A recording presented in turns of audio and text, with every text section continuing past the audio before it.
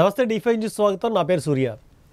భారత రాజ్యాంగ నిర్మాత డాక్టర్ బిఆర్ అంబేద్కర్ 69వ వర్ధంతి సందర్భంగా మాజీ మంత్రి దాడిశెట్టి రాజా కాకినాడ జిల్లా తునిలో అంబేద్కర్ విగ్రహానికి పూలమాలలు వేసి ఘన నివాళులు అర్పించారు. అనంతరం ఆయన మీడియాతో మాట్లాడుతూ వైఎస్ఆర్ పార్టీ అధినేత జగన్మోహన్ రెడ్డి రైతుల గురించి, రాష్ట్రంలో మహిళల గురించి ఒకరు నూతన కార్యాచరణను ప్రవేశపెట్టడానికి మాట్లాడితే స్థానిక తుని మాజీ మంత్రి యనమల రామకృష్ణుడు జగన్మోహన్ రెడ్డి కార్యాచరణను వక్రీకరిస్తూ రాష్ట్రంలో శాంతి భద్రతలకు విఘాతం కలిగించేలా జగన్మోహన్ రెడ్డిలో మాట్లాడుతున్నారంటూ ఆయన ప్రజలను తప్పుదారి పట్టిస్తున్నారని అన్నారు. యనమల రామకృష్ణుడు రైతుల గురించి మాట్లాడుతుంటే చాలా హాస్యాస్పదంగా ఉంది అని అన్నారు.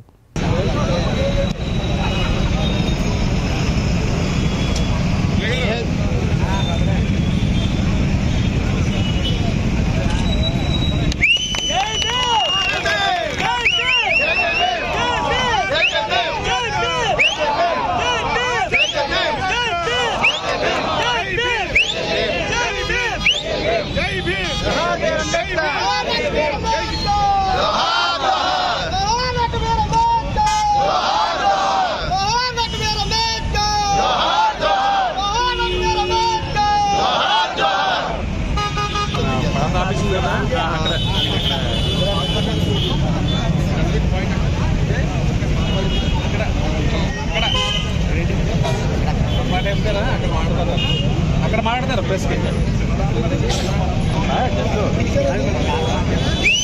అక్కడ పెట్టి ఇక్కడ వద్దన్నారు.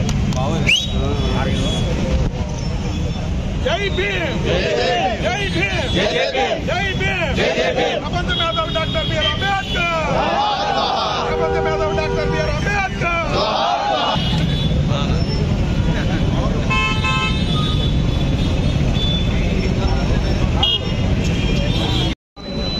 డాక్టర్ బిఆర్ అంబేద్కర్ వర్ధంతి సందర్భంగా కార్యక్రమం ఘనంగా జరిగింది. అనంతరం మీడియా సమావేశం అడ్రస్ చేయడం జరుగుతుంది. ఈరోజు రాష్ట్రంలో పరిస్థితులు చూస్తుంటే దళిత నాయకుల మీద, దళిత అధికారుల మీద, ముఖ్యంగా బీసీలు, కాపుల మీద ఈ రాష్ట్ర ప్రభుత్వం పూర్తిగా అణిచివేత ధోరణి, లేదంటే దళితుల్లోని, బీసీల్లోని నాయకత్వం లేకుండా చేసి ఒక ప్రయత్నం అయితే మటుకి చంద్రబాబు నాయుడు ఆధ్వర్యంలో ఈ రాష్ట్ర ప్రభుత్వం చేస్తుంది. మొన్నటి రోజున జగన్మోహన్ రెడ్డి గారు ఒక కార్యాచరణ రైతుల గురించి కానీ, విద్యార్థుల గురించి కానీ, ఈ రాష్ట్రంలో మహిళల గురించి కానీ ఒక కార్యాచరణ ప్రకటిస్తే స్థానిక నాయకుడు, తుని నాయకుడు, మాజీ ఆర్థిక మంత్రి మాట్లాడుతూ ఈ రాష్ట్రంలో శాంతి భద్రతకు విఘాతం కలిగించడానికి జగన్మోహన్ రెడ్డి గారు కార్యాచరణ ప్రకటించారని చెప్పేసి వ్యంగ్యంగా మాట్లాడడం చూస్తుంటే చాలా విచిత్రంగా అనిపిస్తుంది నాకు.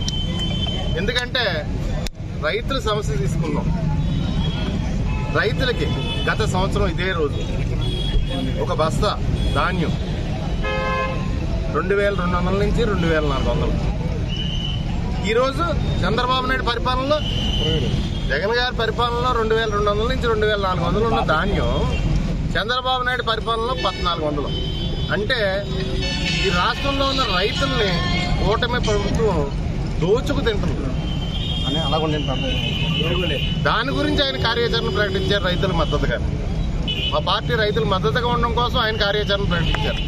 మీకు ఏమైనా దమ్ముంటే జగన్ గారు ఇచ్చిన మద్దతు ధరతో పాటు 2200, 2400 రేటు రైతులకు ఇవ్వండి. మీ మంత్రి ఏమంటాడు, మాకు చేత కావట్లేదని డైరెక్ట్గా మీ మంత్రి నాదేంద్ర మనోహర్ ఒప్పుకుంటాడు. మీ కూటమిలో మంత్రి మాకు చేత రావట్లేదు, మేము ఫెయిల్ అయ్యామని చెప్పేసి డైరెక్ట్గా మంత్రి ఒప్పుకుంటాడు.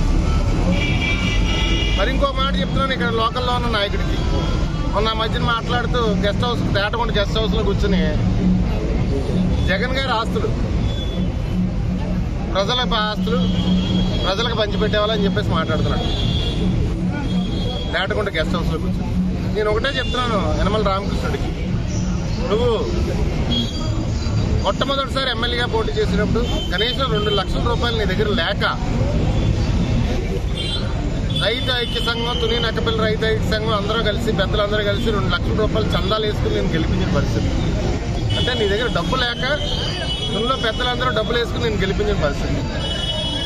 ఈరోజు నీ దగ్గర డిస్టిలరీలు, భూములు, వేలాది కోట్ల ఆస్తులు నీ దగ్గర ముందు ఆస్తులన్నీ కూడా పేద ప్రజలకు సంబంధించిన ఆస్తులు కాబట్టి నువ్వు అన్యాయంగా అక్రమంగా సంపాదించి అనుభవిస్తున్నావు కాబట్టి ఆ పేద ప్రజల ఆస్తుల్ని పేద ప్రజల ముందు నువ్వు పంచిపెట్టి అందరికీ నీతులు కబుర్లు చెప్తే సుత్తలు చెప్తే బాగుంటుందని చెప్పేసి నా ఉద్దేశం. అదే చెప్తాను. నేను పేపర్లో వచ్చింది. నేను 1940 టైం నుంచి మా కుటుంబం బంగారు వ్యాపారంలో నేను భూమి కొనుక్కున్నాను. నిన్న మొన్న చంద్రబాబు నాయుడు భూమి కొనుక్కున్నాడు రాజధానిలో. అలాగే మొన్న మధ్యన పవన్ కళ్యాణ్ కూడా పిఠాపురంలో 16 ఎకరాల భూమి కొనుక్కున్నాడు. అదేవిధంగా ఈ 10 రోజుల్లోనే యనమల రామకృష్ణుడు రెండు ఆస్తులు రిజిస్ట్రేషన్ చేయించుకున్నాడు. ప్రజల దగ్గర ఉన్న ఆస్తులు నేను అంటాను అవన్నీ కూడా దోచుకుతున్నాయే, పేద ప్రజల దగ్గర లాక్కు తెప్పినాయి అంటాను. అది అయిపోద్దా? బురద జల్లేస్తే బకెట్ బురద అయిపోద్దా? ఎల్లో మీడియాలో లేకపోతే C batch, Chandrababu batch, yellow media చెంచాగాళ్ళు ఒక మనిషి మీద బురద జల్లేస్తే అయిపోద్దా? అంటే నేను వైఎస్ఆర్ కాంగ్రెస్ పార్టీలో పనిచేస్తున్నాం కాబట్టి, వైఎస్ఆర్ కాంగ్రెస్ పార్టీ మనుషులం కాబట్టి మేము ఆస్తులు కొనుక్కోకూడదా? నేను అదే చెప్తున్నాను. 1940 నుంచి వ్యాపారాల్లో ఉన్నాం మేము. నువ్వు ఏ వ్యాపారం చేసావు యనమల రామకృష్ణుడు? ఇన్ని వేలాది కోట్ల ఆస్తులు నీకు వచ్చి ఏదైనా ఒక వ్యాపారం చేశానని చెప్పు. ఇన్ని వేలాది కోట్లు ముందు ప్రజలకు పంచిపెట్టి నీ ఆస్తులన్నీ చెప్పేసి తెలియజేసుకున్నాను.